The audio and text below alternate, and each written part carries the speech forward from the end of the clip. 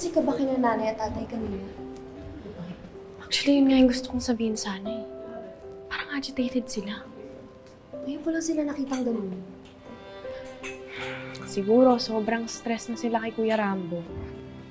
Stress nga sila, pero ba't ayaw nila tayong tumulong? Ba't ayaw nila pumayag na mag-donate tayo ng dugo kay Kuya Rambo? Eh, kailangan na kailangan niya yun. Oo nga.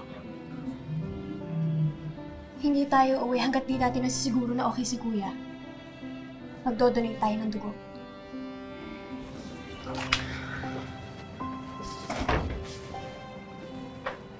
Iboboto kong kapitan dito si Rambo sa atin, no?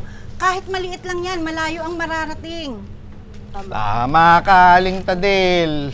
Kasi nga, sabi nila, huwag manlait ng mga batang paslet, di ba? Lalo na kung may utak na malupit. Yan. Hoy! Hoy! Tigilan nyo na yung mga pinag-uusapan nyo yan. Dahil ako pa rin ang inyong kapitan.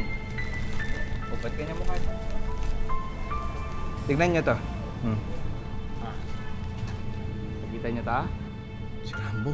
Si Rambo. Wala na si Rambo. Patay na siya.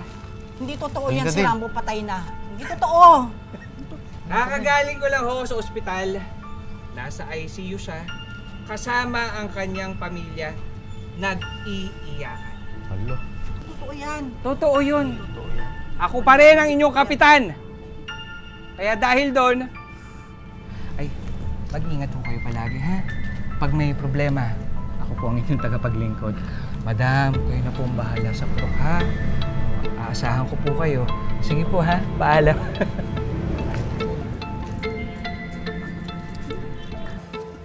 Kakaligtas na rin si Kuya sa wakas. Mga ate, kota na pamilya natin sa pagpapa-ospital. Tatapos lang ni tatay, ito na naman. Sana makalabas na si Kuya Rambo.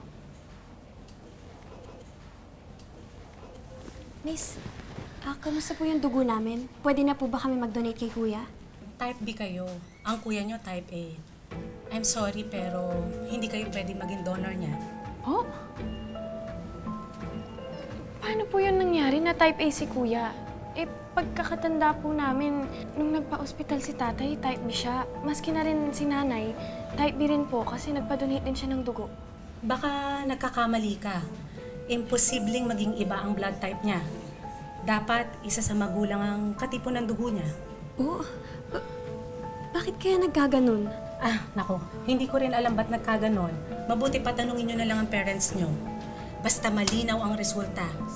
Iba ang blood type ni Rambo sa inyo. Excuse me.